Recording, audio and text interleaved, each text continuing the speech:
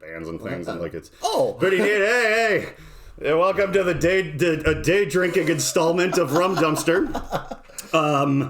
It is noon.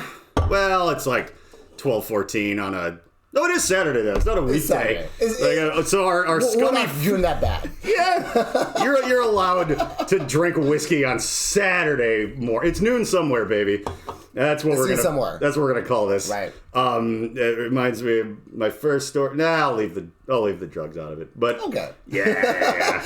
Everyone could draw their own conclusions from these loud, sweaty guys at noon. Hey. So we're gonna talk. This is Danny, Carmen, and we've known each other for actually like a long ass time. Very long time. Like 2000 and God, 4, 5? Was it that early? Or was 4 or 5, I believe. Yeah. Because we would play with your band, and by we I mean SMB. That's how long ago I'm talking about. No, SMB, Screaming Monkey Boner. Oh yeah, still Screaming Monkey Boner. Right. Down in that dates it. That does cut it off before like early 2005. So okay. Good tip. But our bands would play together, and when we'd be down in Iowa, we would crash over and watch the Venture Brothers and drink beer and stuff, and play shows. And how long did you continue actually still playing in bands? So we started that band like 2001. Yeah. And then like we had a bunch of different iterations, like different like name changes or whatever. Mm-hmm. But like the main iteration of us was a well-dressed man. That's right. Yep. And that was like around like 2007, I believe, or 2000. Yeah, because didn't we play with you guys at the old House of Bricks before the new House of Bricks in Des Moines even went away? Yeah. Like way back. Like there was more than one. Yeah. With like Marcato and like maybe like Face Cage and some stuff. I'm trying so hard to remember. Like that's another lifetime. Because we were homies with those bands, but when enough years go by, it's like when bands are still around, it's a little easier to remember. But I'm like. My band from back then's gone. Right. Those guys are gone. I'm like, Face Cage. Who was the other? Well, Mind Right was the other one we played with. And I think that was kind of it. It was like you guys and those other three. Right. Maybe Destrophy once in some weird festival or something or another. But because I knew Ari. Yeah. But well, probably not all at that one House of Bricks. I'm just trying to remember the people that were like all around at that time. Right. And like, but yeah, I think we like stayed with you the most. Mm-hmm. Probably. What was? Go ahead. Oh, I'm sorry, go ahead. Oh, yeah. We played down in Ottumwa, too. Wasn't that the thing? Yeah. That's where I'm based out of. Oh, that's where, That's Ottumwa Pride, baby. That's right. I don't even remember what the venue down there was called. Well, Eminem's was like the place, like that coffee shop y'all played at. Yeah. Right. Yeah. And then, it was like Club 4 Down, I think. But I mean, like, there's a couple other places I think I brought you guys. Yeah, that city of all places on earth had like more than one rock venue in it somehow. Like, there's like bigger cities where you're like, well, I'm not saying it was good, but there was like more than one place to play when like there's people because of the internet, like younger kids like ask me questions like, I live in blah blah blah. There's not even a venue, but I want to like start a band. What should I do? And I'm like, okay, well, first of all, don't start a band. Secondly, and then secondly, move. Do both of those things. Move, and then learn to just produce music on your own. Don't try to be like, we're going to be a ska band. I just got to find a trombone player. And we're going to have like 7 dudes that already have their girlfriends pregnant. I got the suspenders in the pinstripe pants, man. Like, like no. Don't see an old like Real Big Fish video and decide that's where your life needs to go. Not that there's anything wrong with ska. I just mean don't be in a band. And those have more people in them than your average. And funny enough, like a lot of Real Big Fish's songs are all about don't start a band. I think that was that's a good catch because I think that was a subconscious don't start a band. Yeah, I remember that shit. Yeah. You know what's funny too? I used to get mad at that. And that's how I know when I was way younger. Yeah. That's how I know that no one's gonna listen to me now. When I'm like, don't fucking do this. And they're like, well, what went wrong? I'm like, basically I didn't become a millionaire. It's like, well, what else happened? Like, well, I got laid a lot and I have all these tattoos and I just do whatever I want and like. And they're going to be like, why are you telling me not to do this? I'm like, because as terrible as my story went, it's still one of the better ones. Right. Like, it's still like, we traveled, we went to other country. We were like, like, we did. And I joined multiple, like, Jake and I's band Blue Felix had like a high point. Like, they're kind of like getting to where they're like, we're all going to do different things. But there's still going to be a band. But, they're diversifying a bit. They've pared it down to 4 members. Like, they used to have, like, the 7 members, like sampler dudes and, like, 3 guitar players and all this. And I mean, this is hard to keep going. Honestly, shit, this is gonna be a fucking record, but whatever. Like, I never listened to Blue Phoenix until, like, you know, you were involved in the band. Oh yeah, and that, I mean, that's fair because we know each other, and like it, you know, they definitely had some, like, I mean, Sid Wilson produced one of their songs, and like they got like around, and we got to play like festivals sometimes that were actually like pretty big on a real stage, and it was really fun. And I got to be friends with Jake, and now we're like never gonna be in a band together again, but we're like lifelong homies. And I'm like, just because I'm never gonna be in a band, like, period, ever again. I'll do music. I was showing you a little bit of that, but fucking around, just trying to like learn how to make better electronic stuff. But yeah, band. Absolutely. But maybe you should start a band when you're a kid, as long as you know that you're gonna quit at a certain point. Just be like, this will be fun. I'm gonna get like a marketing degree or something along the way, and then when I'm like addicted to OxyContins and got like 3 girls pregnant and I'm 39, I'm just gonna like stop doing this and like go to work. No, I mean, just do that. I never got. Bro, it's like the way it's changed now is like that's a SoundCloud rapper. It's like, with the face tattoos, bud. Like, I have so many, like, I mean, like, I'm not sure how it is up here. I mean, like, whatever. I don't give a shit. Fuck Iowa. Yeah. But, like, tons of people, like, those SoundCloud rappers, face tattoos. Yeah. No job, whatever. They're like, yeah, I'm gonna make it, whatever. Mm-hmm. Got, like, 10 fucking girls pregnant. Oh, God. Like, how do you? That's a good topic of discussion. I can't get a date. Well, these fucking girls. No, I think I know that you can, and I think we all know that I can, and I have never even had a close call. You're married, right? Well, I am now. I'm fucking 41. I wasn't married well, like, we met each other like 6 years ago, but I was still, in my mid-30s by then? I'd done what I was going to do by then. Like that, like I met Alexis, and we were like, hey, we really got along, and it was like a good time in my life to be like, you know what? Let's actually just sit down and do, because she is great, and she's often on the podcast. If anyone regularly watches this, you for sure already know Alexis. Ooh, that's really, I think the lag will catch up when I render it out. But anyhow, before that, right. I was a fucking, like, everything I could possibly get out of being in a band I got. Like, I squeezed every last drop of pussy juice out of that machine that I could, and I never even had like I think maybe like somehow. So it's like when people are like, you're like just started your thing. You're like 17 and you got 8 people pregnant. Like, what are you doing? Your pull-up game is terrible. Did you get 8 people pregnant? What? Did you get 8 people pregnant? No, I've gotten 0 people pregnant ever.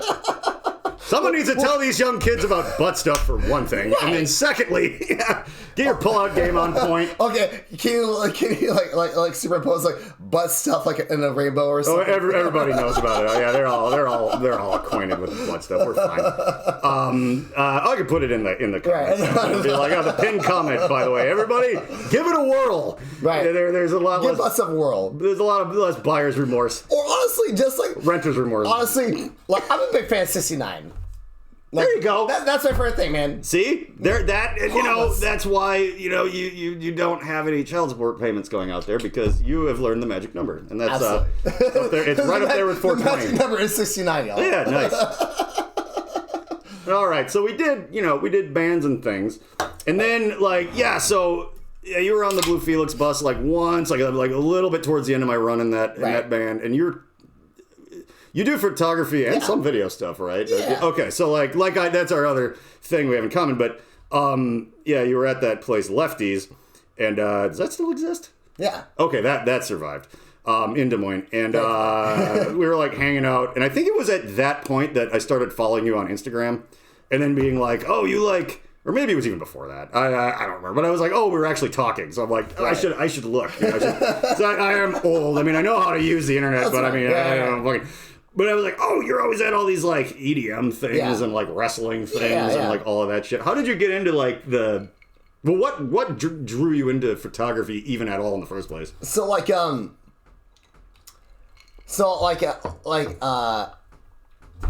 it's hard. I know. I mean, because it was probably a hot minute ago too, right? Words are hard right now. Sorry, guys. Yeah, that's fair. It's all of this White Claw that we've ingested in the morning. Right. So I did Wondrous Band, Jack Robson's, whatever, for like 11 years. And then, like, once that band broke up, I was kind of like, you know what? Like, I really don't like paying to get in shows. Hey. That's a good angle. But like, okay, so the big thing was, like, so Deaths Are Free, I used to be their merch bitch or like TM or whatever kind of thing. A quick aside, not to derail you, but were you ever working for them when my one later but old guitarist Turf was like in that band, the skinny guy that had that didn't overlap. Okay, because he played for them. I don't even know. He played for them for a couple of shows, like 6 months maybe. Yeah, okay, it wasn't that long. So all right. I saw him play it, but like I never like. Oh, okay, so you weren't directly. All right, I was just kind of like that'd be another like funny small world thing. Yeah, I know, right? Yeah. Like we have a lot of small world shit here. Yeah, we do. During that thing, like right before I went on that tour with them, it was with OTEP, Bury Your Dead, and Through the Eyes of Dead. Amazing tour. Right. Yeah. Like I'll go on record, not a fan of OTEP. Not a fan of OTEP personally. Everyone in the band is amazing. Because Ari is in the band and he's great. I mean, that was like what like inspired him to get into That's how they got that role. That makes a lot of sense. Right. Yeah. I have an OTEP story that we can talk about. We're going to get canceled, bud. I know. Dude, if I haven't been canceled yet, I don't think it's possible. Anyways. Okay. So, before I went on the tour, I bought a fucking little shitty Nikon point-and-shoot camera. Okay. And during the tour, I was kind of like they just like jokingly, you're a tour photographer, and this is like 2008 or whatever. Okay, yeah. And I was just kind of like clicking pictures, whatever. I was like, man, if I had a real camera, I can make art out of this. You know? Good. Yes. So all the money I made off that tour, I was like, put it into a fucking DSLR. I bought like a Nikon D80. Okay. Shitty little thing with a fucking kit lens, whatever. It's fine. Yeah. By the way, are you still a Nikon guy or do you? Sony. Mirrorless, baby. Same. I was Canon, and buddy of mine who is I think he might be like, and I mean it's like, you know, I know a lot of people that are great photographers, so but this guy up here who you should talk to someday or like look at his stuff. His name is Rick Fisher, and he was the drummer for this band called Nuisance. I think they still are, you know, post COVID, who knows what anyone's doing, but they still do stuff, and he does like a lot of weddings and stuff. Oh, cool. And our relationship is like really funny because he's the guy up here. He doesn't really need he's like wedding photographer. He's just like, I collect Rolexes. Like he's like, and he's worked for Nat Geo. Right. So, I mean, he's on this whole other. He's that guy. He's a big fan of fine scotch, and we're buddies. And so, whenever I get the chance, if someone's getting married, I'm like, go to this guy. Like, if you want these good, it's worth what it costs. Like it's your fucking wedding. We're already blowing so much money. And then he's always like, some people are like, we didn't really go to do you know a guy that can like officiate us that'll like do a good job and whatever? And he's always like, John Wheeler. Like always. So we end up you're a dean, right? Yeah. And I've out of everyone that jokingly did that back in the day, I've probably married absolutely the most people because I used how many things like ballpark it? Probably it's been years. I probably do like 5 or 6 a year, but it's been going on for more than a decade. It's like 50, 60, yeah. Well, that's easy money, let me tell you. Like go up here and talk. Well, because I don't have stage fright. Some people are like, not for all the money in the world. And I'm like, $500-$600 for 10 minutes of talking. Keep it short. I'm like, all right. Like Corinthians or whatever, you know, kind of just, it's usually, whatever, it's typically people who are kind of like a little, like they don't have that connection. Right. So they're like, hey, can you get just a non-religious guy to come up and say kind of whatever we want him to say? Well, I have a very non-religious guy. I'm like, I'll do it anyway. Like, I'll learn. I'm like, I don't give a fuck. Like, I'm so comfortable in my just how I see the world that I'm like, well, I'll do a Catholic. You wouldn't come to me for that because you already probably have a pastor that's friends with the family, whatever. Yeah. But so when people are just doing these things, it's going to be outside in this place, and they're like, you know, so anyway, like Rick and I end up just at these things like drunk as fuck because he can do his job so drunk, like, and he's like, taking pictures of grandkids, like he makes beautiful art out of it, but he's just running on automation. You know, he's like, he's just like, I couldn't relate. He's like, I couldn't even. That's that's why I want to get into that. But he's like, I couldn't even drive right now. I'm like, no, me neither. I'm gonna go lay down in my car after this for a bit. Like, but yeah, so we'll just be there together, just drinking all the free booze and just being idiots and stuff. And it was at one of these things when I was a little earlier in the video thing, where he was like, I was a Canon guy, but I had like, you know, huge collection of all this shit. And he's like, dude, Sony. And this was years ago. He's like, future. That's the future. That's the future. What do you have? I'm like, I have a couple lenses and 2 different bodies. He's like, all right. Before you get deep, just switch to Sony. Hang on to your old shit, whatever. Spare cameras, set them up. But he's like, Sony's the best. And yeah, that's when I got into the A7S 2, 3, like, and and the lenses they make for those, expensive. They are, but there's ones you can get that aren't thousands of dollars that are like, I have like I got it it was secondhand, pristine shape. But I think new $800 or $900 is 28mm lens, and it's like I use it for fucking everything. But I got it for like $4 from some weird secondhand equipment place. It's like f2. No, it's f. It's lower. It's a little lower. It's like 1.6 or 8. So like, it was like it's like I use it for literally everything, and I love it to death. Right. So like I shoot pretty much everything with like a 28mm f2. Yeah. And then I have a fisheye converter. That makes it a 16, a 3.5. We might be using the same lens. I think because that one has a 16 that you can put on it. Yeah, because that's what they were like. If you have a full frame, this is what you probably relate. But this is why I bought it. They were like, if you have like a full frame mirrorless, here's where we lose some people being nerds. But if you have a full frame mirrorless, that's fine. Everyone that watches is a weird nerd. A full frame, like mirrorless Sony, they're like a 28. Is the exact same, you'll get the same little bits of distortion, whatever, all the same, whatever, as on a film camera you would get from a 35. So if you want it to look like the scenes in like Pulp Fiction that were shot on 35mm with film and stuff, if you want that exact, the way it's spread out and everything, this is what you do. And I was like, well, Tarantino's like kind of my guy for film. So I'm like, okay, I'm gonna get this, and then I got 50s and 80s. And, something you shoot like video with all that shit. Oh, cool. Yeah, and that's because that's what I started doing with Canon. The very first Canon camera I got was the T2i, and they were like, "This is the first, basically, the first cheap mainstream DSLR that can handle video really well." And that's when like you'll notice if you look at when those came out and became available, it's when like way more independent bands started having way nicer looking music videos because for like $700 of the thing and the lens and the whatever back then, you could have this thing that if you know a little bit about lighting and editing, you're like, this looks like, because like they use those to film house. They had nicer lenses, but they'd be like, yeah, we just buy like 100 of them. We break them, we don't care. We put them on dollies and we da-da-da-da. But like people were switching to that. And then later on, they're like, okay, well, they pioneered this. And then Rick was like, all the Sony mirrorlesses have, or whichever the series is that have them video components, and those make beautiful video, and then that's what I've been doing ever since. Like I'm sorry. I'm just. It's okay. Yeah, because you have a delivery of like Funyuns and I have candy. A delivery coming. Actually, I think it's about here. I have like so like I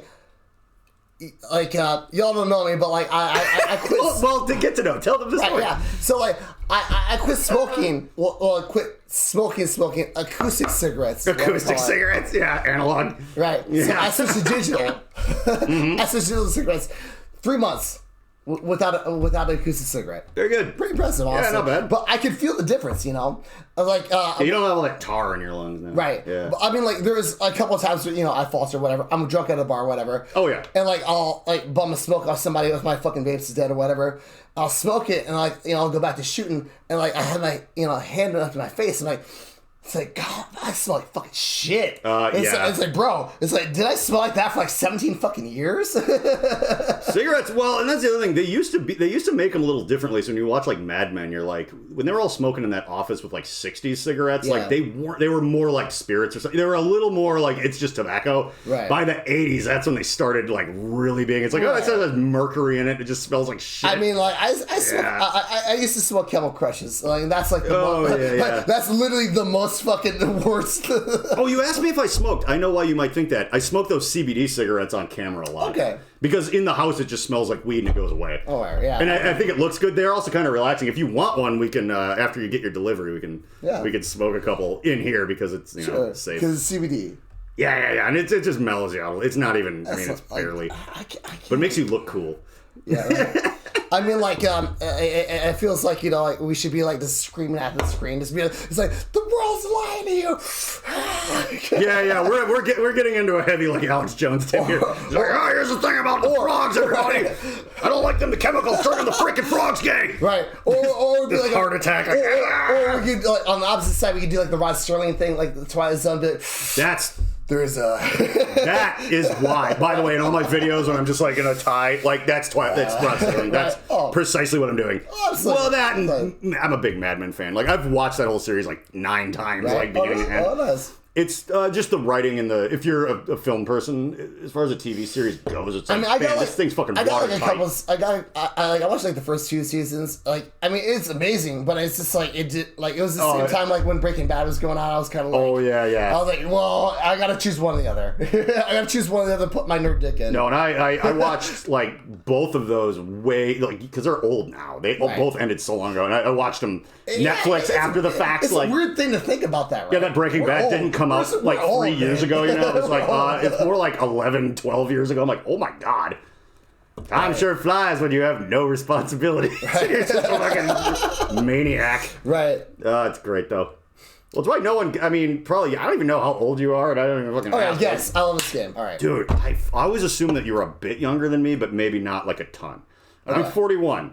And a lot of people are like, really? And I'm like, dude, I don't have any kids. I don't fucking, like, I'm like, dude, you don't. Honestly, I want to guess you for 41. Yeah, you don't age too bad if you just don't give a shit about anything. Like, you don't do too many drugs. You're usually fine.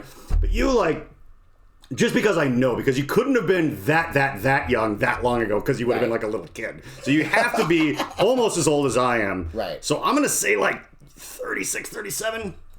Nailed it. Really? Absolutely. What was it? 36. I'm 36. Okay, yeah. I was like, I'm cheating though, because I was like, you couldn't really be much younger than that. I mean, you have reference. And I don't think you're older than me, so I'm like, okay, it has to be. So it's not complete. I wouldn't have done it at a carnival very well. Right. Are they here? Oh, is your delivery of Fun Dip and hookers or whatever the fuck you got? Oh, no. So, like, the people, I just, like, so... Right before I came over here, I went to a brunch at some random hotel. That was hipster. I paid way too much for a fucking bacon, egg, cheese. Yeah, Danny showed up here at like 11 a.m. already fucking out of control drunk. I drank like, hey man, you want to do a podcast? Right. I drank like 6 mimosas before I came here. And also on top of that, I drank like an incredible amount of beer before in the hotel room. Wait, in the morning also? Yeah, no, I was like, okay, so like... Or at late at night. Okay, so like... I don't know what your night was. Okay, so like, well, we got to the venue. Yeah. They gave us free beer for an hour and a half, and I drank like 7 of those. Very good. And then they gave us 2... what kind of beers? Was it Miller Lights? It was like a Michelob. Okay, yeah. Right, yeah, whatever. Well, you can fit a lot more of those in your tummy. So absolutely, dude. That's important. That's the idea. That's the idea. I mean, honestly, that's why I drink White Claws. Yeah, ain't no laws when you're drinking them claws. Right. Like that's the whole idea. It's because like I used to drink beer all the time, and like I remember that because we would go and like to the like whatever grocery store by your house and just buy like fucking a shit ton of fucking beer, 36 cans of beer. From, whatever. Just a PBR. It was always PBR, man. Yeah. But cool, nowadays, like it made me think about that. It was like when during the pandemic, I was drinking all the time. Oh yeah, but me too. But I got worse. But like. If I was drinking beer instead of like White Claws, I'd be so fat right now. Oh, I know. I mean, I've gotten very fat, but I mean, like, if I was drinking like actual just like regular beer, I'd be super fat now. I love how if I was as skinny as you, people would worry about me. They'd be like, "What?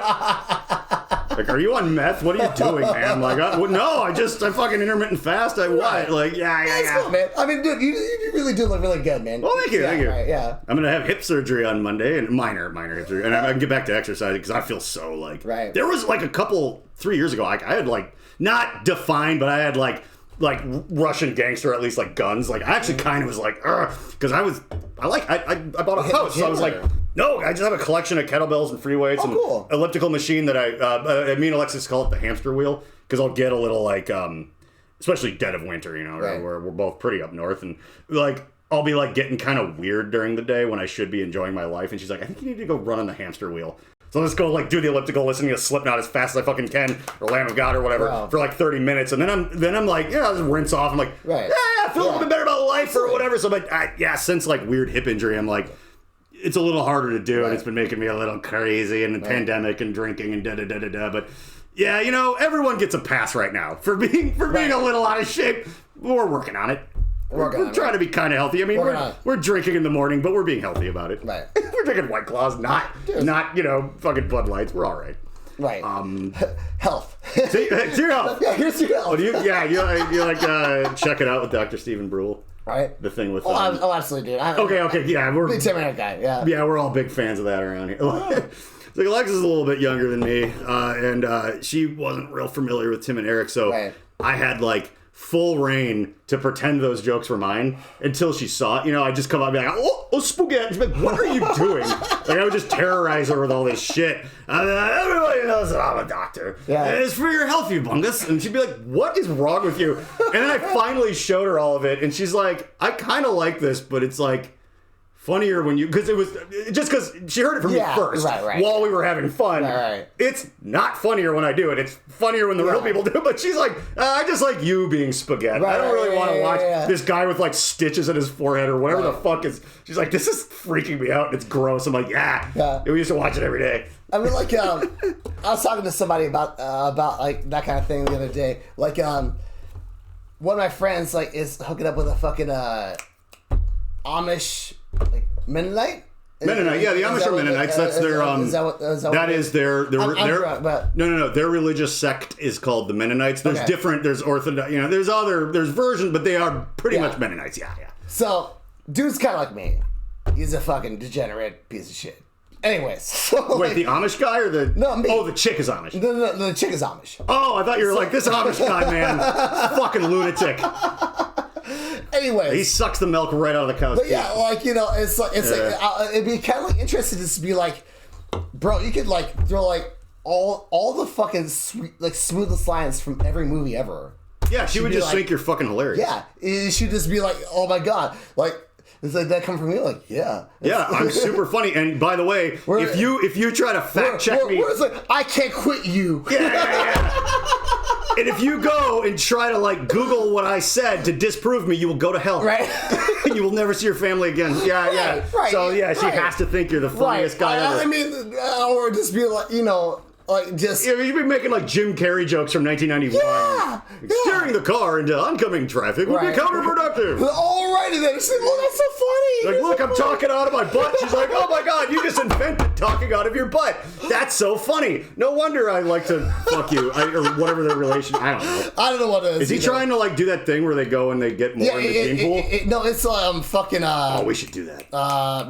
Rum swinger. Oh, they get to go and smoke and join a punk band or whatever the fuck. But yeah, he's through the whole. Like, he met her during that whole thing. Whatever. Oh, if he slings good enough dick, she won't go back. Fuck, dude. Probably should have put this on. But we didn't. No, we didn't say names. We didn't say names. Okay, no, this could be any story about any Amish chick getting fucked by any degenerate. Right. And you won't know. You won't know. You don't know, or we're lying because we're a couple of band film pieces of shit. We're drunk at 11 in the morning, so you know you don't really have to go. I believe John and Danny. It's 1 p.m. So I'm creating a mystique, Danny. We started before noon. Yeah. Okay.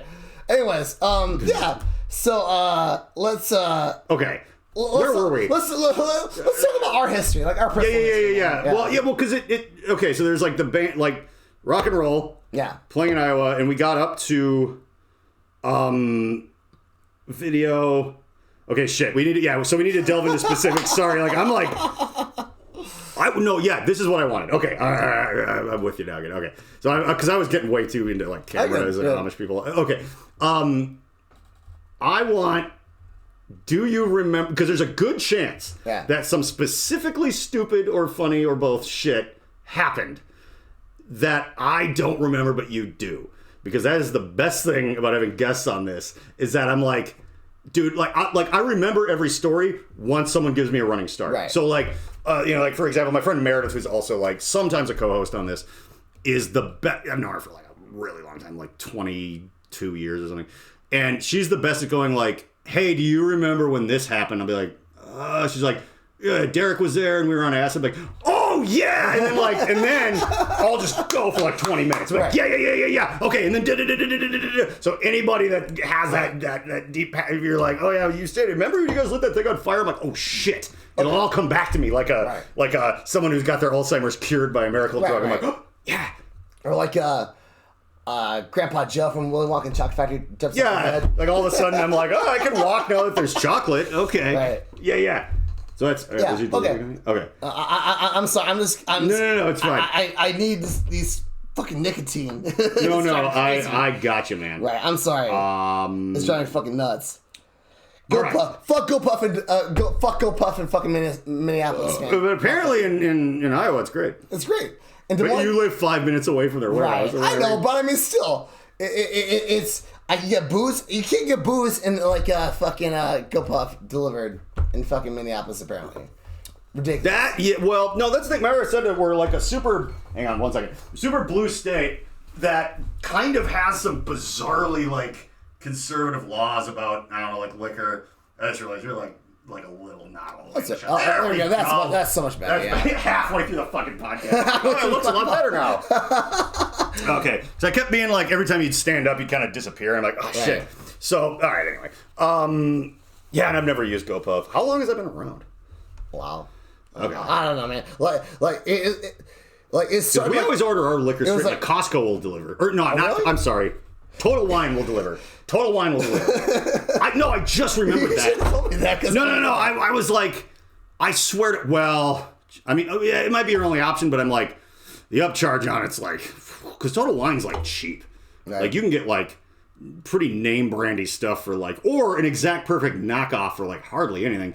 It's just such a big wholesale. This podcast is sponsored by Total Wine. You know what? It kind of is, because I'm usually filled to the brim with liquor from Total Wine when I'm doing this podcast. So, I mean, it's not exactly not sponsored by right. them. Oh, fair enough.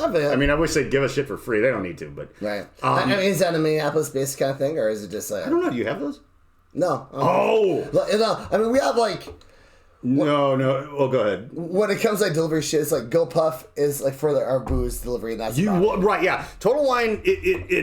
It's not mostly delivery or anything. I think that was like a pandemic thing they started, or I don't even know. It might be a third party, but like a DoorDash. I can't remember. Alexis usually will do it, but no, they're just like a giant chain. They're like a Best Buy, but it's a liquor store. Like I mean, you've never been in a liquor store that big, and they are a chain. Yeah, well, and the thing is, I mean, some people are like, they're driving all the mom and pops out of business, but I'm like, yeah, the same bottle of vodka that's $32 at the mom and pop is like $24 at Total Wine. So, like, and there's like employee picks, and they're like really deep in. And there's a whole aisle of cigars, like all of my bitters and mixers and Luxardo cherries and hard to find weird shit for like mixology, whatever, my other little hobby.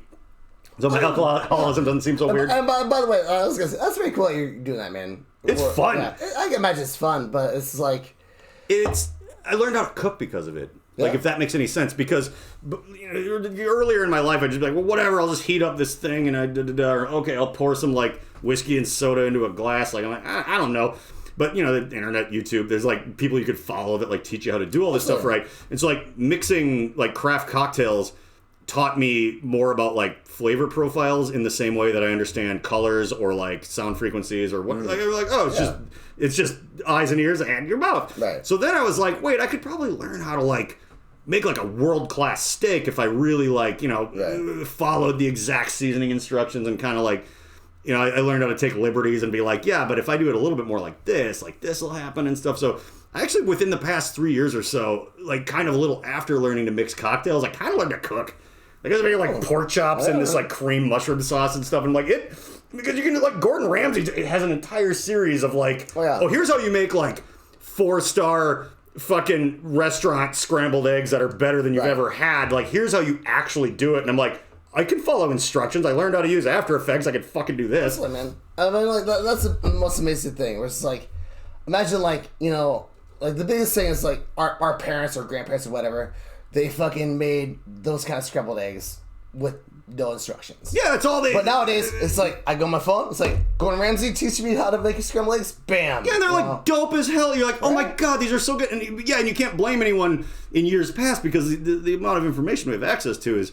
And very clear, like information. You can be like, okay, look, I want to make a hamburger that's, like, awesome from, like, a place. Or like, oh, here's what you do. You mix this in with this before, you sear it on the outside, you put... I'm like, oh, I never knew. Like, I would have just...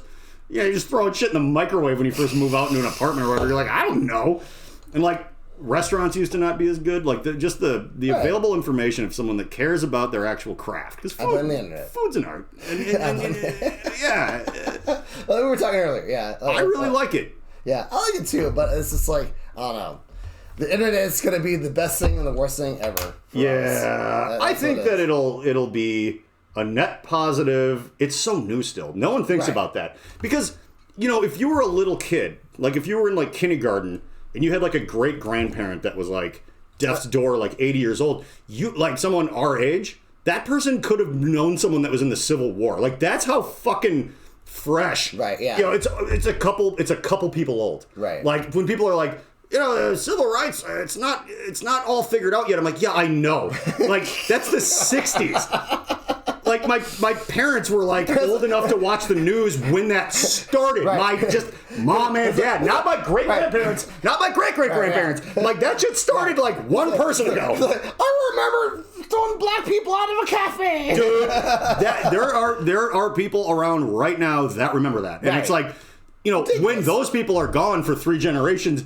Yes. Yeah. By then, if we do everything right, things should be pretty good. But when everyone's like, well, what the fuck? I'm like, yo, this wasn't that long ago. Right. Like, again, like, there are people who are like just the grandchildren of people that were like, saw the fucking Civil War. That's not even civil rights. That was like slavery. Right. That was like, okay. It's fucking crazy. Yeah, it's going to take some time. Okay. And if you think about how new the internet is, that shit it's barely 20 years old. Social media is like 10 years old. Right. It's so fucking new. So like, I was talking to the guy that was driving up here today. And like, I'm not trying to get political. We're just gonna, like he's completely neutral. Kyle Rittenhouse is going to be president one day. He's going to be he's going to be a candidate at least. I almost agree with that, except for like people will have long forgotten. Everything is so like the cycles of like weird bullshit. Right. Like you'll be in 10 years, people will be like, he'll be like a weird footnote in the whole George Floyd thing. Right. He'll be like, oh yeah, that one white kid. Right. But the thing is though, like what I was talking about is like how many presidents we had that their existence has been like on the internet. Oh yeah. I mean? Yeah. Like could any of us run for president? Trump, Biden, like it's like there's a big black bar until the internet happened. You know what I mean? Well, that's not completely true about Trump because I knew who that guy was in like 91 from like Saturday Night Live.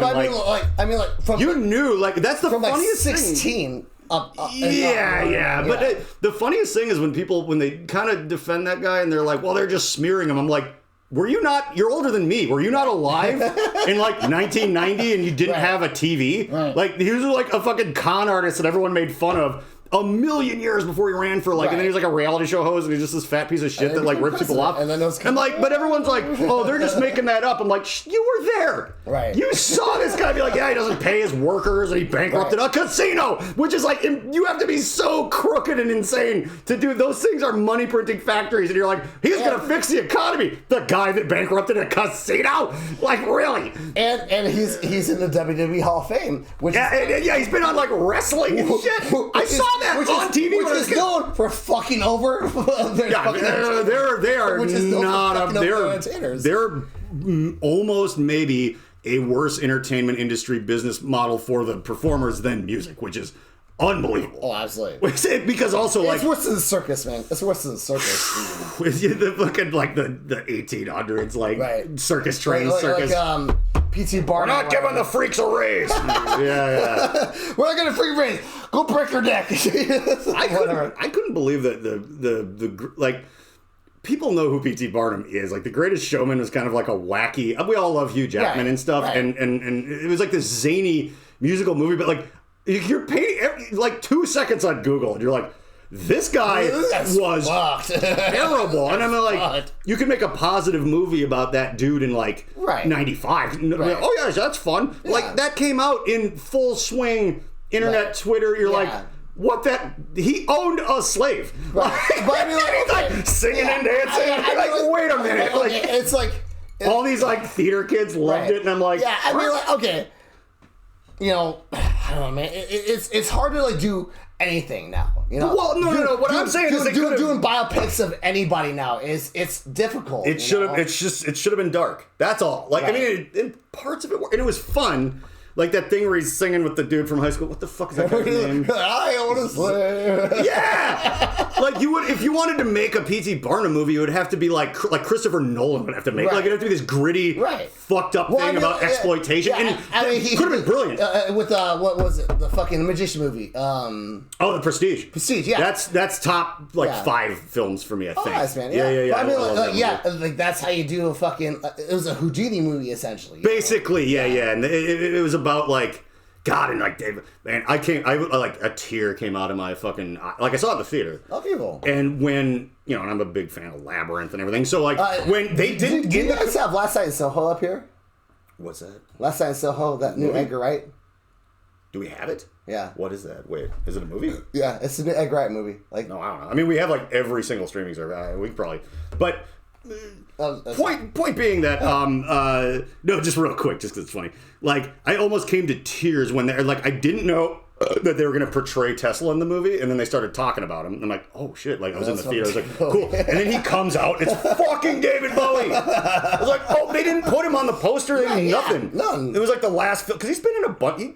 Basically a pretty good actor, just mostly a musician, but yeah, he comes out and I'm like, that guy that's fucking David Bowie. Right. And I was like, oh, like chills. Like, and then Alexis loves him too. She's a bit, she's turning 28 in December, and but she did from like her dad and stuff know about Prince and Bowie, and she liked Labyrinth and everything, and whatever. And I made her watch it. I was like, this is one of my favorite movies. She's like, hey, is that Hugh Jackman? I'm like, yeah. Give it a little time. And she's like, is that fucking David Bowie? Like as Nikola Tesla? Because you knew who that was. And I'm like, yeah.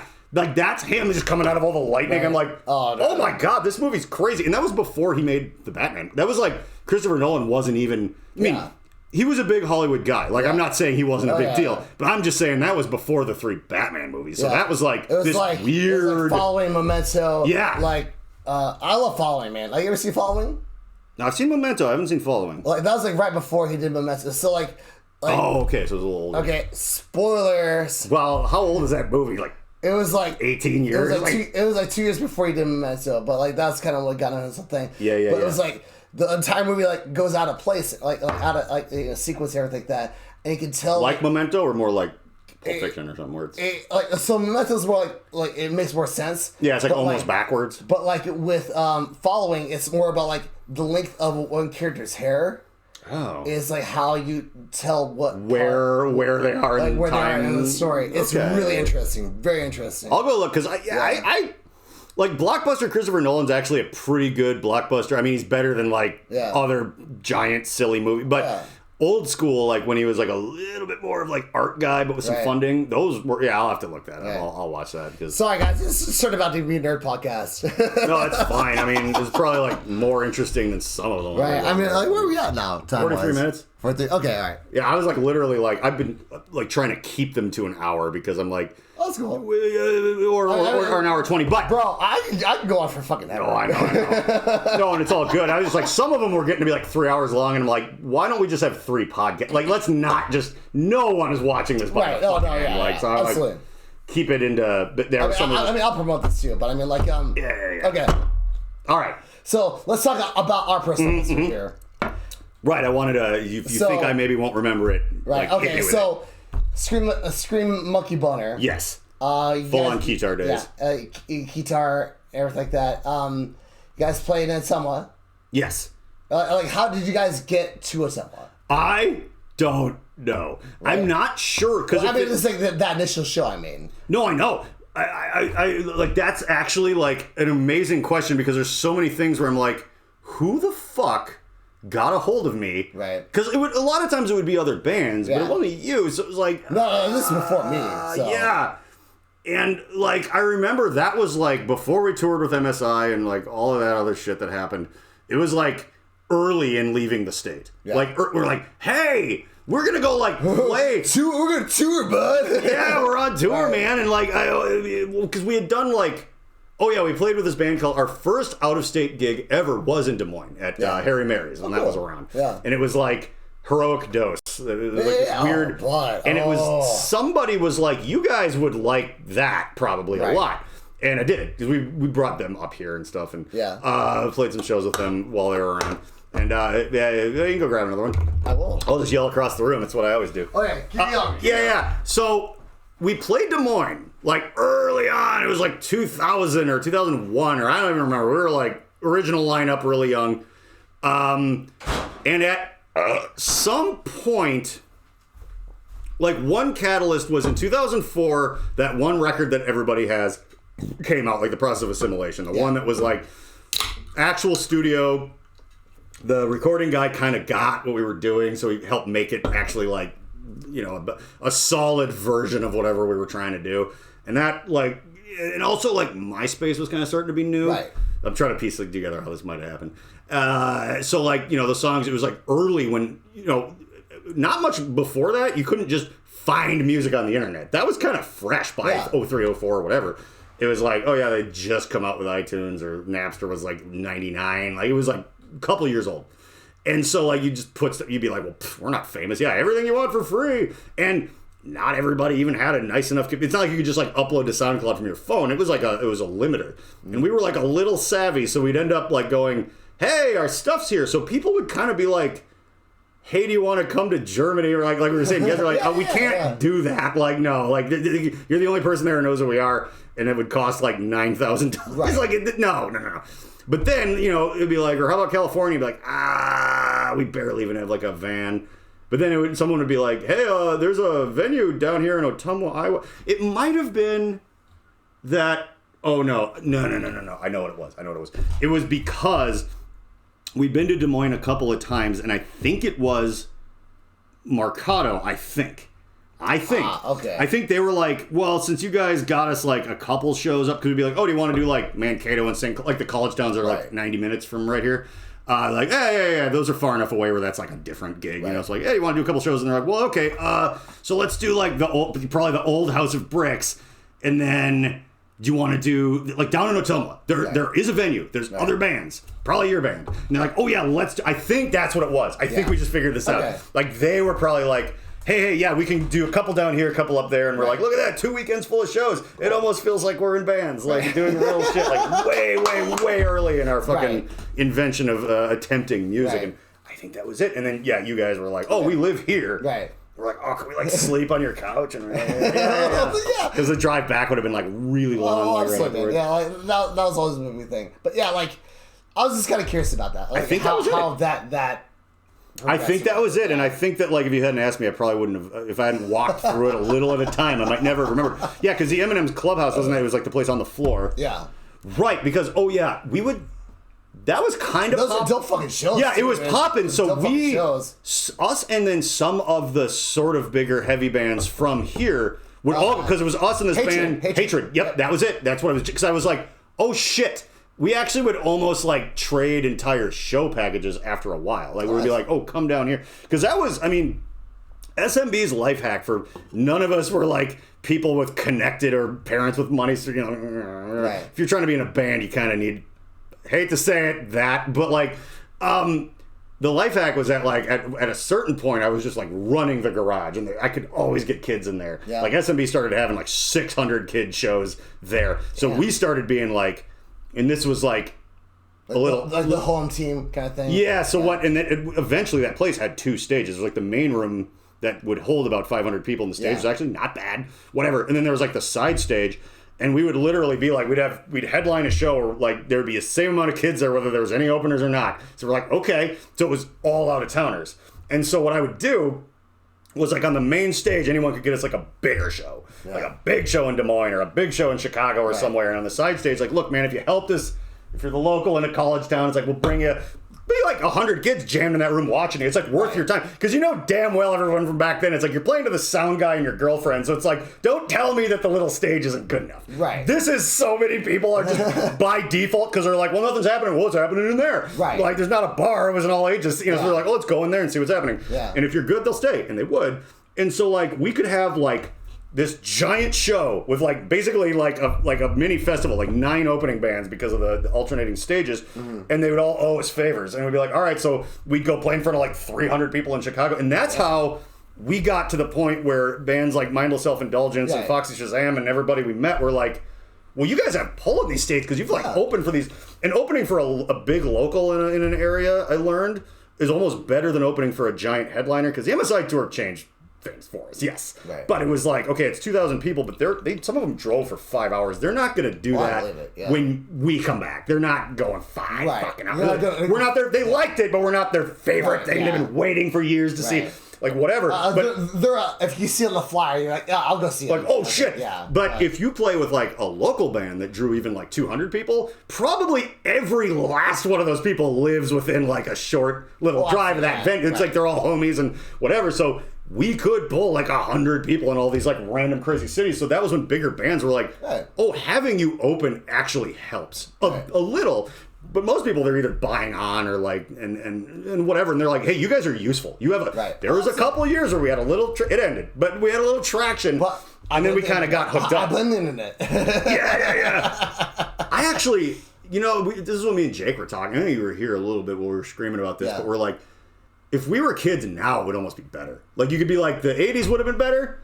Or if we were starting like, well, just the access to like, you could learn to like. I mean, okay, but like, on the other hand, it's like, would it be better to live in that fucking like Motley Crue era? Well, that would be great. Now it's like, you're in a band, cool. Oh yeah, hardly anyone's in bands. Here's a bunch of money and cocaine. Awesome. Yeah. You can do whatever you want. You're above the law now. Like No, I do think about that, but I think part of it, like, SMB, Disorganization was it's not like we knew what we were doing. I was just making it up. I'm like, this is maybe a good idea. Right. Probably wasn't. So, I mean, like, were you like the head of it, I guess, or? Yeah, I mean, it was a bit of a democracy. I'm sorry for like you probably being asked this question. No one actually. That's kind of a specific one that doesn't. Because I don't know what the assumption is. I think now the assumption is that I was. Yeah. Because they're like, oh, out of everyone that was ever in that thing, John is actually like, I've like written albums for other, like, I won't drop names, but like I've been hired to be like, look, we have riffs and things, but can you like arrange and produce and whatever, like for other, and people are like, wow, this is cool. I'm like, not to, but just saying, people have kind of seen that a little, so like, oh, I'll bet that guy was in charge. But back in the day, it was like, you know why there's 900 kids here? Fucking such a good bass player. I'm like, yeah, that's what those teenage girls love. No, they don't love the whole aesthetic. They don't love the whole idea. They love it like, yeah, it was tight. Like, I know a lot of tight death metal bands where there's no girls and 3 fat guys watching it and that's it. Like, you guys are a little, couldn't have done it without them, but there was a little bit of delusion in that whole thing where I'm like, okay. Yeah, no one's listening to the lyrics, right? They just like how fast you play the guitar. Every fast-playing guitar band draws 1,000 kids in a not even their hometown. Of course. Mostly it was you.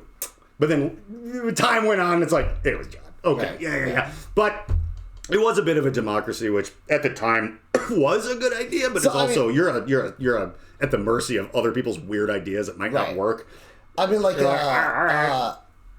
I'm big Tubbering. I used to be a big Tubbering guy. Oh, yeah. So, I still talk to Rod every once in a while. He produces, he actually has a nice place in LA. He actually, like Seal of Green, like he produces some pretty notable shit. I still talk with a lot of them, but I mean, like, I was just kind of curious. It's like, it seems like that's kind of the same genre. You know what I mean? Well, that was what happened. We were playing to the sound guy, like way before we even went down to Tumwa, like just playing to the sound guy at some venue who just happened to have done sound for like a thing where them and Dog Fashion Disco. That's probably his stuff.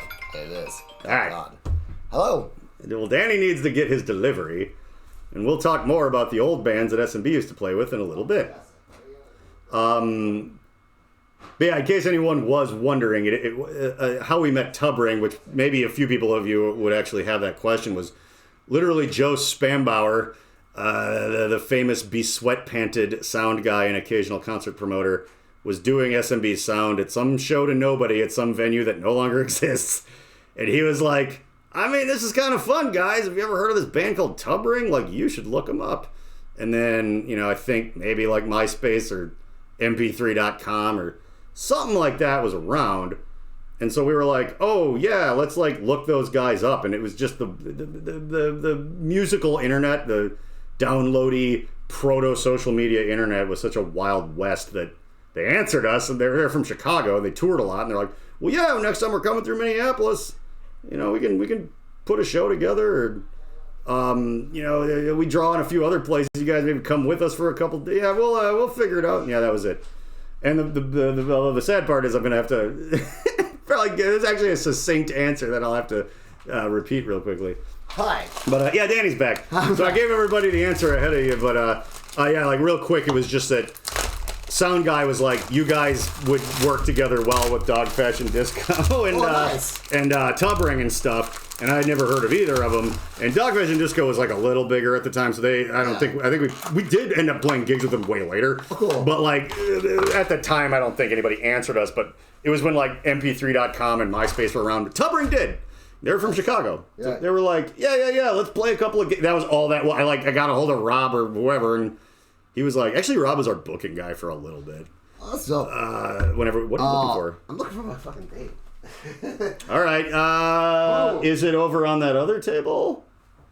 No. Is it in your pocket? Hey. Your wallet's on the floor over there. You kind of exploded. I know, right? And all your stuff went every which way. There's change. Coke residue. Fucking firearms. No, we won't do that. Yeah, I would almost think it would be. Okay. Is it in the living room? That's all right. Wait, did you find it? Did you not find it? I didn't. I mean, it didn't go like on top of it. I was like, there's no way I have it because I don't really do I know. much nicotine or anything, but occasional cigar, of course, but not in the house, obviously. Yeah, shit. I was going to see if you wanted some of those, like, CBD. I mean, there's no nicotine. If you want to get the nicotine in you first, but, or actually, we can maybe smoke those later. I don't know what the fuck I'm doing. Like, something about Tubbering and Vanz back in the day. Yeah, but okay. Anyways, so you still talk to some of them dudes. Right. And, Okay. Let's go ahead. Yeah. Moving on. So, like, okay. Well, if you don't mind me asking, like, go ahead. I don't know. Like, what was the dissolution? What was the dissolution of the band? Of SMB. SMB. It was basically that it had changed so much that in order to continue to go forward and get somewhere, it was starting to become like starting over. So that last record was kind of cool, and it's weird. Like now, record, dude. Yeah, they're like metal guys will be like, "Hey, that was cool," but it was like it was so fucking different that it was like. And by then, our name had been changed for a while, right? So it was almost like all that stuff we did. There was different people. There was some legal stuff, not enough to really kneecap it, but just so many chefs, so many little weird labels own chunks of like shit we put out, and like it was really hard. With samples, or was it like? No. It was just like every single record came out under some different weird scheme. And so it turned into like, I mean, we had like 7 records altogether. Because there was like a couple of ones that were notable, but there's ones in between. And we actually, our output wasn't bad. Like we put out a lot of stuff, but some of it was rushed because we'd be like, we just need a record out. I'm like, yeah, do we? We're not on a big label. I think we can just keep playing shows. Like no one, And then it just got to be where I'm like, the name's not even the original name. That didn't end up really going anywhere for us. It's all fucking different people. Right. Our legacy is so much weird shit. The new album sounds nothing like the old stuff, so it's almost like it's 2 different bands. And it just got to this weird point where like, what are we doing? Right. Like, so I was like, I think we were on for like 13 years or something. I was like, I think we've had a run. Right. We had shirts at Hot Topic. We were in a couple of big magazine articles, and we toured with MSI and Psycho Stick and Foxy Shazam and Dog Fashion Disco and American Head Charge, and we did all this fucking stuff, and it was real fun. It was real great. Dick got sucked a lot, but ultimately, like, it was just this. But that's the important part. Mostly, yeah. It was this tumultuous mess of like, just how do we keep even moving forward? And it was like, we were like playing local shows that had like barely anyone at them compared to what we used to. So we were like, okay, this is. I think like. To keep going with this, we'd have to rearrange everything, and if we're gonna do that, fuck it. Right. Let's just. So that's when like the last rhythm section, David and Mitch, ended up being the guys in my Zero, where I was like, I want to just try something with a different name and different stuff, and then we didn't really get around. It took a little while to write things and start that, and in that time I joined Blue Felix, so I just sort of faded into doing other bands. I'm sorry if this no. Subject or whatever. I was curious. No. I'm sorry we have this. It's good. It's well, because every once in a while I have to rethink exactly like what I was, because even like when I stopped being in Blue Felix, for example, at the time I thought I was leaving for a different reason. And then when I look back, I'm like, oh, I just didn't want to even be in bands at all anymore. Right. I thought it was like, I don't really want to like, I mean, this was fun, but I'm just like the bass player and I write all the like, I like do a lot of arranging and producing behind the scenes, but I'm like, this is neat and Jake and I are homies and everyone and that was cool, but I was like, I'm kind of sick of this. Maybe I just want to do my own thing. Then I did my Zero for like a little while longer and I was like, I hate being in a local band.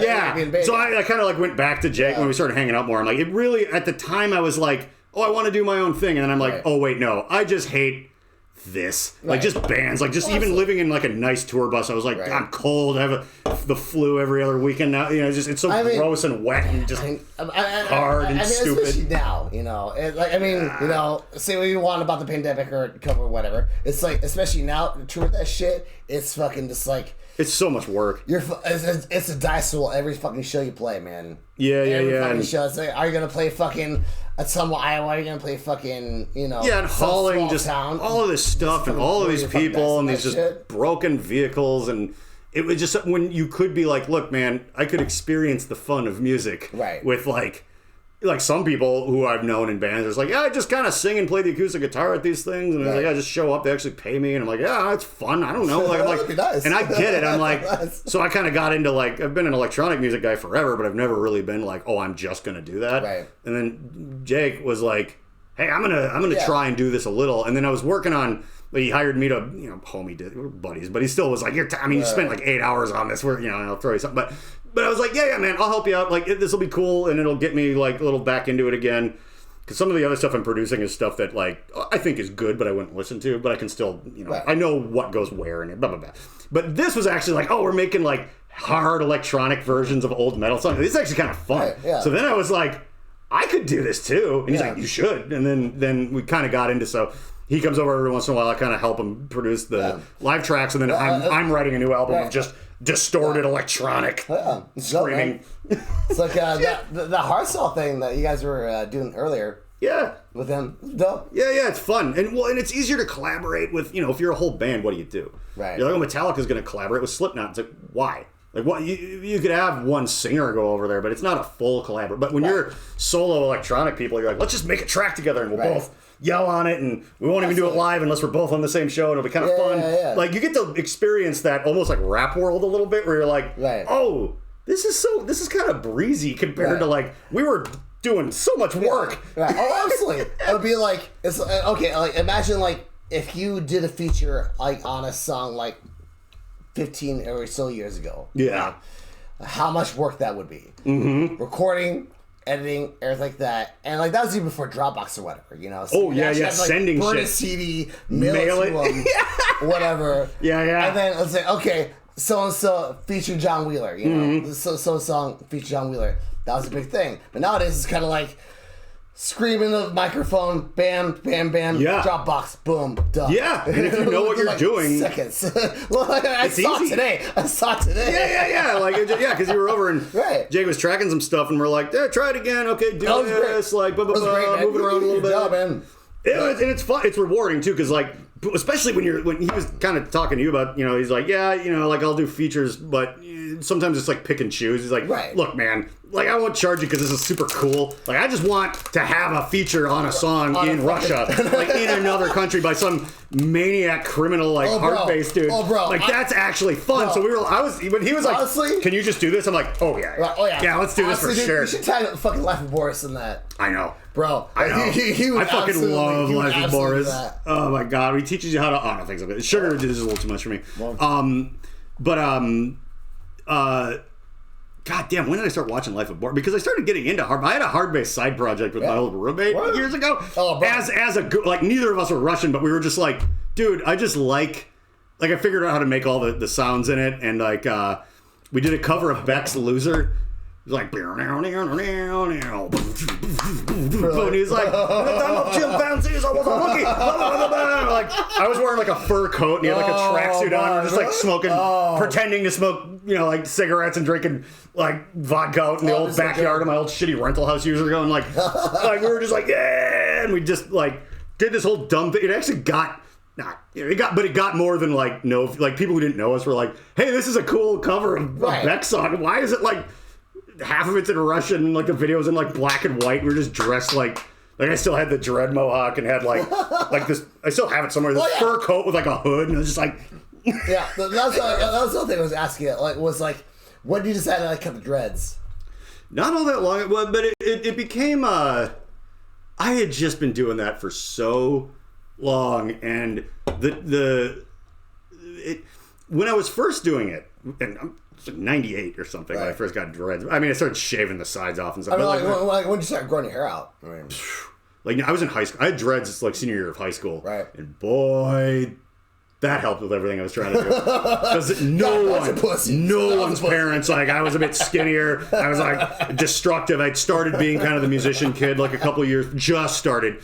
Had dreads, and it's, like, the only people were, like, oh, like, in White Zombie that you've ever seen, you know? Right. And I was like, yeah. And it was just like, whoa, John's, like, cool now. And, like, yeah. And so I just kind of had that forever. But then it kind of, like, later on became more of, like, oh, so you're, like, a hippie, like, blah, blah, blah. I'm like, no, I shower, you know, I'm like, not, like, over the fucking decades. Right. Because I actually, like, cut them off before and had a mohawk for a while, and then I re-dreaded it when I joined Blue Felix. And then I finally was like, I got my knucks tattooed as a gift to myself, null and void. That's what Gino sounds as a little present for getting a normal haircut. I'm like, all right, I'll get a normal haircut. But I'm going to get fucking knuckle prison tats. Yeah, take a photo of that. I need to get them redone, though. It's looks dope. Yeah. But that was kind of the thing where I was like, because now, it was a little bit of a business decision, but I was also sick of it. But I also wanted to get into, like, stand-up comedy and stuff. And I didn't want to be like, I'm like this white dude, like a dread mohawk. I'm like, okay, that's fun, but I'm like, I didn't want to go up there, and when you do comedy, you really gotta address the elephant in the room. Right. Like, it's fun, but you also have to. Like, if some comic before you, like, says the N-word, you can't just go up and just ignore that. You have to be like, oh, so, like, you gotta think of something, because everyone's thinking it. Right. You gotta make fun of them, be like, yeah, that was you gotta do it. So if you're, like, a weird, psycho-looking guy, you gotta be like, yeah, man, I look like Drexel from True Romance, but fucking, like, I hate that. I want to talk about what I want to talk about. So I just, like, wear, like, a suit, like Doug Stanhope, and just sit there and talk shit about society's ills and dumb shit I noticed. So I'm just, like, a guy in a haircut with, like, a dress shirt and a sport coat on being like, hey, you know, blah, blah, blah. Also... I mean, like how did it feel like once you cut that shit off, though? Oh, by that time, I was glad to see him go. I was getting so... Well, also, like, I have pretty thick hair, but, like, it was almost starting to look like I was going bald. Like, because dreads will start to be, like, hanging by, like, threads. I'll be like, am I actually losing my hair? And they're like, no, it's just that, like, you shed, but those are, like, permanently attached. So as they grow, they'll start getting more and more gross and weird. So I was like, dude, I've had a good run. And then, but then it was funny, too, because I would, like, dress up kind of nice. Yeah. And I'd start walking, and this is fucking, you know what? I wanted to cash in on that white privilege a little bit. Like, I don't deny its existence, but I'm not going to waste it either. I'm like, all right, look, I'm going to go in and just be like, not mean, but, like, firmly polite. And people immediately started acting differently. Like, I'd be like, listen, could we, like, what are you doing here? I'm like, rather than being like, none of your business, this is part of corporates. But, you know, if I was pulling some, like, Trailer Park Boys shit, like, I could dress up and just be like, hey, no, I know you're just doing your job. You're doing great. You know, we're still glad we went with your security company. But here's the thing. We need you to, like, da-da-da-da-da-da. It's like, actually excellent, but, you know, glad you caught me. Very good. That's what we want here. But the thing is like, you talk to Dave, like, you mean Dale? I'm like, hey, whatever. The regional guy? Yeah. So I got to be... And then people are like, all right, well, like, write this waster. When I had the dreads, it was like, hey. Like, I'd be, like, spending money at, like, a place. They'd be like, you need to not be in here. I'm like, I'm buying something. Be like, a likely store. Like, likely store, sir.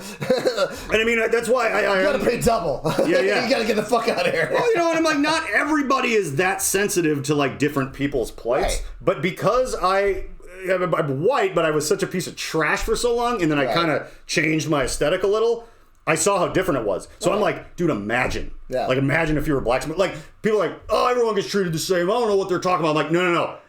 I was just a gross white guy, and it was night and day. Right. So I can't imagine, like, if you're actually someone that people have all this weird prejudice against, it's got to be fucking horrible. So it helped, too, where I was like, oh, I see it. Like some of my friends are like, I don't know. Everybody, it's all fair. I'm like, dude, it's not fair. Like I'm telling you right now, I fucking know it ain't fair. Like, so that was interesting perspective too. Like the world changed the minute I got a haircut. Honestly, fucking crazy. Like yeah. If I also like just hide all tats. Hide your tats and everything like that. Yeah. Excuse me, sir. And they're like, right. What can we do for you? I'm like, whoa. You respect the human being. Yeah. I know. It's like, wait, are you my boss or the cop? Who are you? Like, I'm both. I'm boss cop. You're in trouble. Unless you give me some shit for free. Yeah. But that art, like probably every society, but it's just as humans, we're so visual. We're so like, I've decided this about this person because in 3 seconds when I saw them. Right. And you can manipulate that a little, which I have been having fun doing. Yeah. But so the dread cutting, I wouldn't say it was like sad. I wouldn't say it was exactly like liberating, but it was interesting. It was fascinating. Right. It was like, okay, like I've been doing this forever. I kind of want to like shift what I'm doing a little, And again, the comedy thing was part of it. I'm like, I don't want to be the like metal guy comedian, I want to. Were you doing like comedy like with the dreads on and everything? No, it was I got into my head that I wanted to do it, and that helped solidify my. I really want fucking make it. I'm sorry. You gotta find that thing. I know, right? I don't even like. I'm sorry. I don't mean to cut you off. No. I was done anyhow, but Yeah, well, it's the outro of this will be you finding that and me encouraging you. All right, so it's not under the blue bag over there. No, I'm just gonna yell while you look. And you didn't drop it on the floor under this. No. You did. I did. You did. See, process of elimination. All right, now we get to the reward for the viewers at home. Is you get to watch Danny smoke. You get to watch me smoke. And then we'll wrap it up, and that'll be that's a good. Yeah, we're already at an hour. We'll take like a picture to be like the thumbnail and shit. Oh, fantastic! Yeah. We'll do that. Maybe we'll use the timer and stuff. Yeah. Oh, that's so good. Goddamn, I hate nicotine. all you people out there, never ever get into fucking nicotine. Never. It's terrible. The worst vice ever, if you ask me. Yeah, I feel like if you could just drink it like caffeine, it wouldn't be so bad. But the delivery method are always like, you're going to hurt your lungs. You're going to... Well, I mean, it's... I don't know. It's like, remember when you... I don't know how sure it is in Minnesota, but like, in Iowa, like 20 years ago, you could smoke in fucking restaurants. Oh, less than 20, I thought. Like, wasn't it like... 15, maybe? Yeah. Because I remember traveling and being like, wait, you can still smoke here? Because here, I think it ended way early. Right. People are like, the Mayo clinics, they're like, no more smoking everywhere. Yeah. So, like, I've been going on the electric cigarettes. It's been like 2 months since I got an acoustic cigarettes. Yeah. Like all.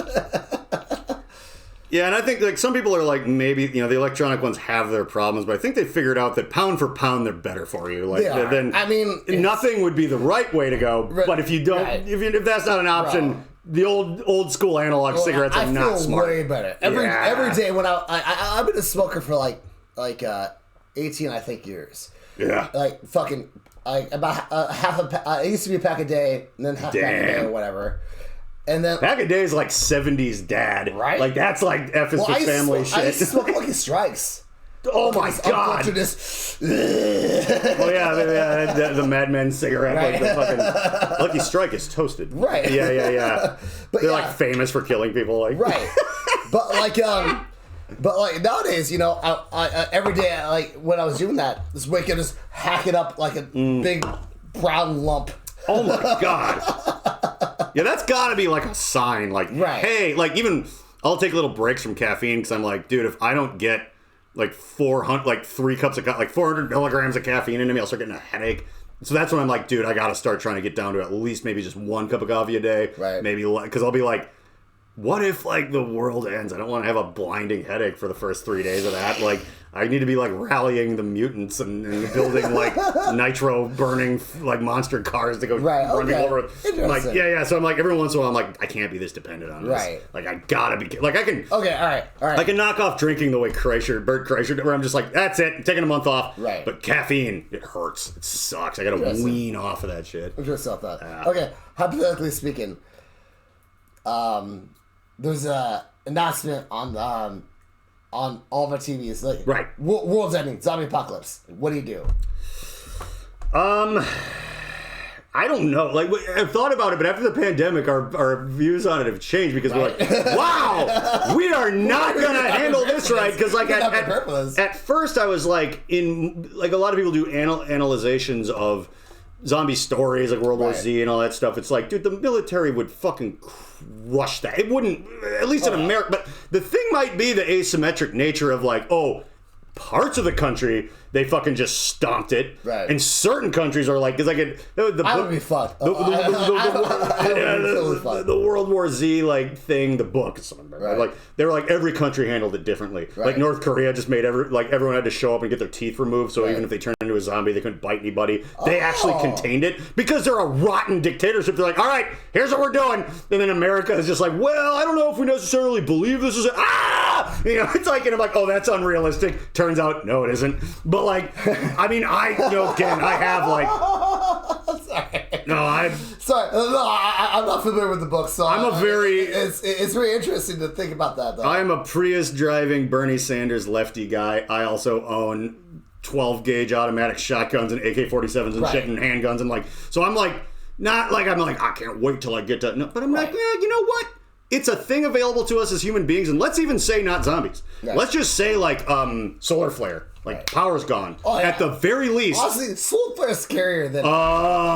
because it can actually happen? Yeah. Absolutely. And I'm like, well, I can at least hunt food and keep people away from the house. Like, I'm like, I don't think that that's gonna happen, and I'm not excited for that, because some people, their fantasy is like, I'm gonna kick... I'm like, no, you're not. Right. And the only advantage I have is that, and this isn't my opinion, this has kind of been proven. Alexis is always like, I've watched this happen in real time in new environments all the time. I have a little bit of that, like, cult leader streak. Like, it's just a little. I have, if there's like 100 people, and I'm like, what do we, like, I'm a little more likely to be like, all right, hang on a second. And then blah, blah, blah, blah, blah, blah, blah, and then like 80 of them are like, that makes a lot of sense. 20 of them are like, I don't know why I'm not in charge. Like, because you don't have any ideas. And everyone's like, yeah, he's right. And it's like, I'm pretty able to kind of like, rather than dividing in half, dividing 80-20 to the like, hey, look, we all need to eat food, and there's dangerous people out there. We don't need to go out there looking for them. We just need to be prepared. Right. The important thing we need is food. And it's like, okay, this guy sounds reasonable. Let's just follow him. So I might do okay in that scenario, but at the same time, like, I don't know why, if I got the chance to, but you might not get the chance. Things might get too fucked up. You're like, hey, everyone in the neighborhood, and they're like just shooting at me. I'm like, all right, I'm going inside. Never mind. Well, we were talking earlier about the whole riots and everything up here. Oh, yeah. Like you were even talking about that. It's like you felt that, urge or whatever. Yeah, well, yeah, I was kind of like, I want... because there's all these. I know there's white supremacists coming to my fucking town. And I'm like, you can put me on the fucking. Oh yeah, no. Shooting Nazis. I don't give a fuck. I will. Yeah, everyone that sees this knows that I would feel a little bit of like I was really hoping to make it all the way through life without ever killing anybody. But if I have to, these guys, fuck them. Yeah. So that, and I was like, dude, and I'd like really injured myself too. And like my buddies are like, do you want to come down here with your fucking machine guns? I'm like, kind of, but like, because this is my fucking city, and I feel like everyone I watched as like people turned a big protest into a violent mess that were outside forces, and it's not like that doesn't happen. I'm like, have you ever read, I don't know, history? Like you're like COINTELPRO and fucking like people getting into shit. Like the CIA's only job in other countries is to go in destabilization, because you can't rally together if you're divided. And they do that, and they're like, oh, but of course they don't infiltrate, groups here. That's never happened a good 5 or 6 times for sure. And certainly not this time. Especially in the Midwest, where it's very divided already. Well, that was a global civil rights movement. There was people in fucking Japan burning shit, like it's like France, like in solidarity, like, fuck it. It was... Even in Des Moines. Whole country. Yeah. Whole world. It was... To this day, it probably will be for a while.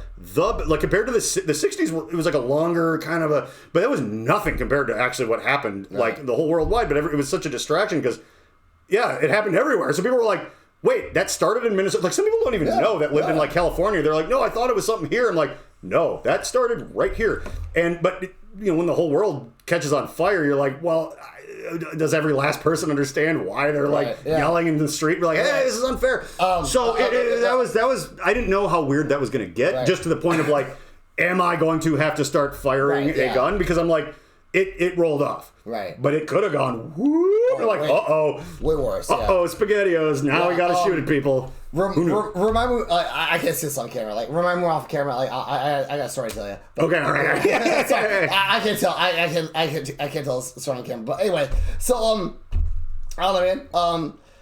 Like, I think we're a little over an hour. I think we actually had a pretty good podcast. Pretty good. Yeah. Like, it was just a bunch of rambling about shit. Yeah, well, if you watch the other ones, that's what they are. Yeah. Except for sometimes we're like playing like Chutes and Ladders in the middle of it. That's and fine. Actually, I only had these. I'm like, damn, this is like the least drunk I've ever. I mean, it might be because it's early. We had 3. I've had like 5 mimosas before this. Well, yeah. Sorry, guys. Danny normally pronounces his consonants. He's not right now, but that's okay. Yeah, that's fine. I'm starting to lose him a little myself. But yeah, all right. Well, Danny's been good to see you, and Danny's gonna be hanging out all weekend, and I'm glad we got to do a podcast. Do you have? Wait. Oh yeah. You want to like anything to look up? Plugs. Danny does pics on Facebook with PIX. Like, I'm a photographer. I do photos for a bunch of bullshit down in Iowa. Well, like EDM shows and wrestling, like cool shit. Well, I mean everything. But anything that happens. I do engagements. Right. Okay, yeah. As long as it pays, I'll do it. Give me the money and I'll take photos of you. That's a good. That is a perfect simplification of our entire capitalist society. Absolutely. Sorry. Yeah. All right. And also, I am a cool guy. Danny is a cool guy. Anyways, love y'all. Bye. Right. Good night, everybody. We're gonna push this button because Bill's not here.